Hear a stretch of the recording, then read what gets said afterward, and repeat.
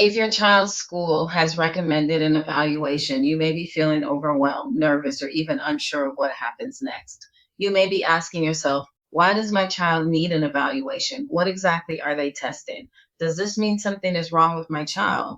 If you've had any of those thoughts, you're not alone. Today, we're going to walk through what school evaluations are, why they're important, and how you can prepare with confidence. Let's get started. What is a school evaluation? One of the biggest misconceptions about evaluations is that they're designed to label a child.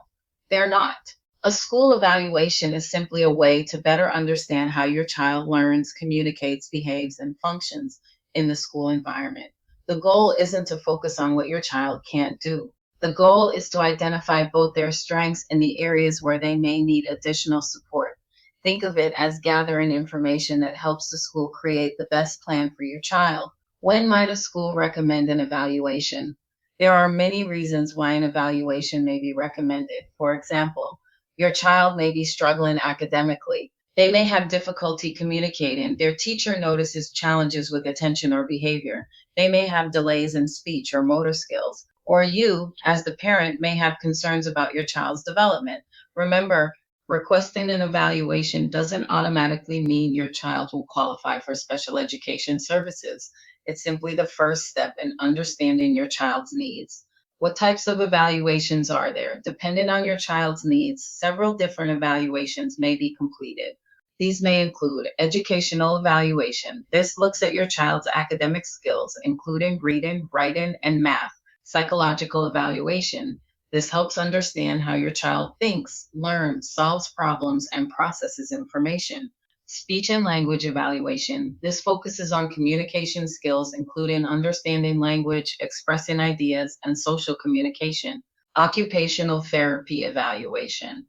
An occupational therapist may evaluate fine motor skills, sensory processing, handwriting, and daily school activities.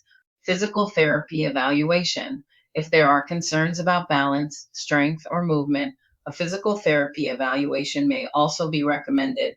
Functional Behavioral Assessment FBA.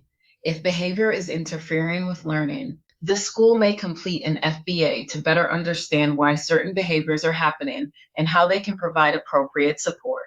As a parent, you play an important role throughout this process. Before an initial evaluation takes place, the school must obtain your informed consent. Remember, you are an equal member of your child's educational team. Your voice matters. There are several simple things you can do before the evaluation process begins. First, write down your concerns. What have you noticed at home? What situations seem challenging? What are your child's greatest strengths?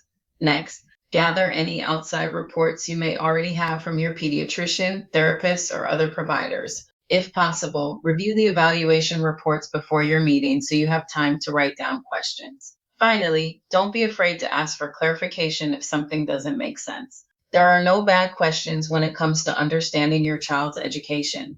Receiving a recommendation for an evaluation can bring up many emotions. You may feel worried, you may feel uncertain, or you may even feel relieved that someone has noticed your concerns. Whatever you're feeling is valid. An evaluation doesn't define your child. It simply provides valuable information that can help the school better support their learning and development. If you remember one thing from today's video, let it be this. School evaluations are designed to understand your child's unique strengths and needs, not to define who they are.